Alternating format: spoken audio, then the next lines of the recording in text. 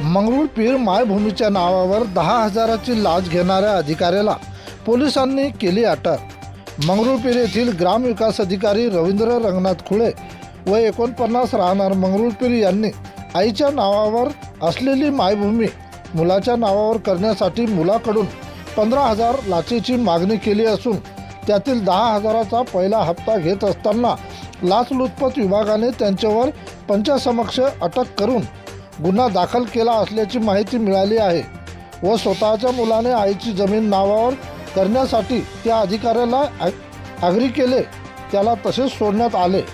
एरवी चोरी करणारा व त्याला साथ देणारा दोघेही दोषी असतात। ह्या बाबतीत असे का नाही घडत?